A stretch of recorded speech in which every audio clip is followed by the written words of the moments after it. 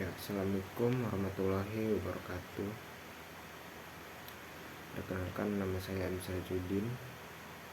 Di sini saya akan mempresentasikan hasil UAS manajemen pemasaran. Ya. Yes. Dalam materi ini membahas tentang keunggulan pemasaran dalam perusahaan Red Bull yang dikutip di buku Kotler and Keller. Selanjutnya, perkenalan. Red Bull telah begitu sukses sehingga perusahaan telah menciptakan kategori minuman bernilai miliaran dolar yang sama sekali baru minuman energi.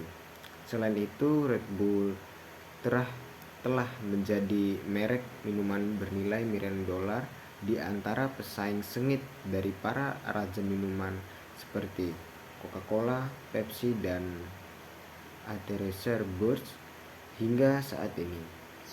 Perusahaan telah menjual lebih dari 40 miliar kaleng minuman energi di 166 negara.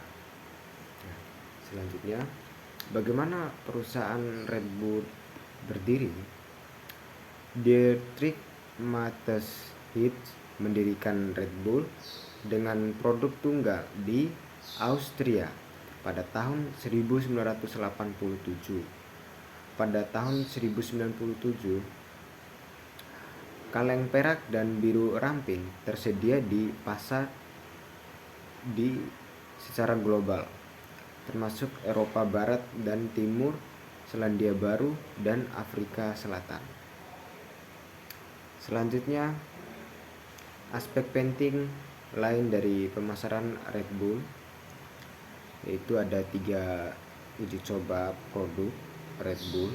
Yang pertama ada pesta, memberikan minuman energi di saat pesta.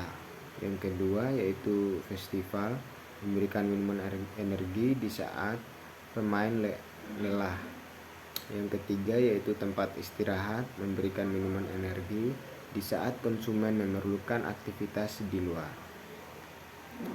Ya, selanjutnya beberapa acara yang disponsori oleh perusahaan. Sponsor yang dilakukan oleh Red Bull ada 2, yaitu orisinalitas dan olahraga ekstrim untuk batas.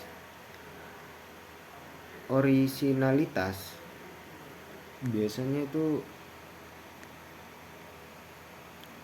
misalnya di Flugtech tahunan para kontestan buat mesin tentang buat sendiri yang beratnya harus lebih ringan dari 450 pound termasuk pilot. Selanjutnya ada olahraga ekstrim untuk batas. Tim meluncurkan alat dari merek Red Bull yang dirancang khusus rem 30 kaki di atas badan air, kerumunan banyaknya saat 300.000 konsumen mudah bersorak sebagai kontestan, dan kerajinan merek mencoba untuk tetap setia pada slogan merek Red Bull. Selanjutnya iklan Red Bull. Di sini ada 2. Yang pertama ada orisinalitas dan komunitas. Di orisinalitas, yang pertama Red Bull berfungsi pada pro pemasaran. Yang kedua, mensponsori acara seperti kontes Sky Red Bull Snow Trail of Chamonix di Perancis untuk membantu membangun kegembiraan dari mulut ke mulut seputar merek. Yang kedua yaitu komunitas. Pertama, mengakses produk Red Bull terlebih dahulu dan mempengaruhi konsumen lain.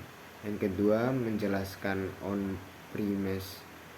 Yang ketiga, perusahaan juga menargetkan pemimpin opini yang mungkin berpengaruh pembelian konsumen, termasuk atlet olahraga, aksi, dan selebriti. Dengan begitu, Red Bull mendapatkan momentum di bar. Ia pindah ke gym, toko makanan kesehatan, restoran, toko serba ada di dekat perguruan tinggi, dan akhirnya supermarket. Selanjutnya, alat titik pembelian utama. Alat yang digunakan oleh perusahaan Red Bull. Yang pertama yaitu membedakan merek dari minuman lain dan memastikan lokasi yang menonjol di setiap lingkungan retail. Dua, perusahaan memberikan stok ke driver farm yang dimana ditanggung jawab utamanya adalah perusahaan Red Bull. Yang ketiga, media bukanlah alat yang kami gunakan untuk membangun pasar. Ini adalah bagian penting dari nanti saja dalam perkembangannya. Selanjutnya, strategi komunikasi pemasaran anti pemasaran. Ya. Perusahaan Red Bull itu langsung sejalan dengan misi perusahaan untuk dilihat sebagai unik, orisinal, dan pemberontakan, seperti halnya konsumen generasi Y yang ingin melihat. Ya. Selanjutnya yaitu pertanyaan dari yang pertama, terbesar Red Bull karena semakin banyak perusahaan seperti Coca-Cola, Pepsi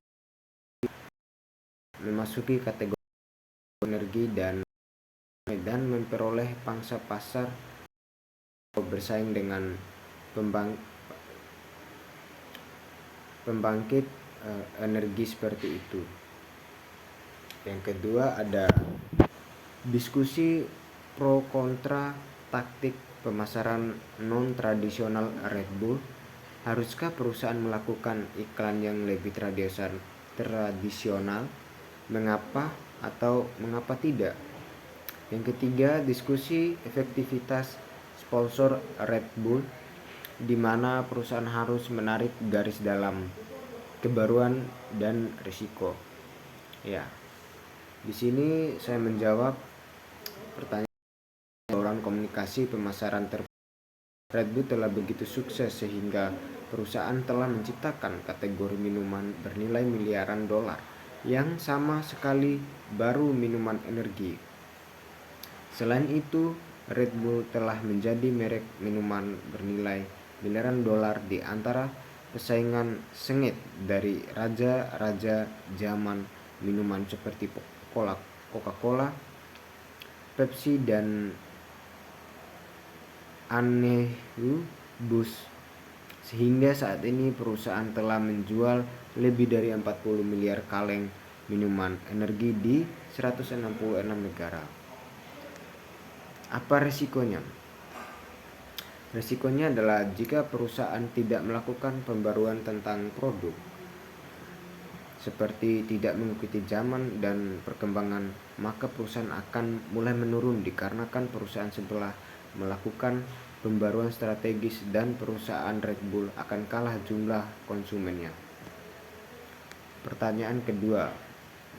Di sini saya menjawab Red Bull menggunakan iklan tradisional setelah pasar telah tumbuh dewasa dan perusahaan perlu memperkuat merek kepada konsumennya sebagai salah satu eksekutifnya. Yang ketiga, komunikasi pemasaran anti pemasaran. Red Bull strategi Sion telah sangat berhasil menghubungkan dengan konsumen mudanya. Itu langsung sejalan dengan misi perusahaan untuk dilihat sebagai unik, orisinal,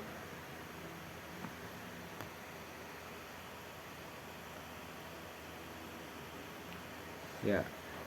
Sekian dan terima kasih, dan saya akhiri video ini. Wassalamualaikum warahmatullahi wabarakatuh.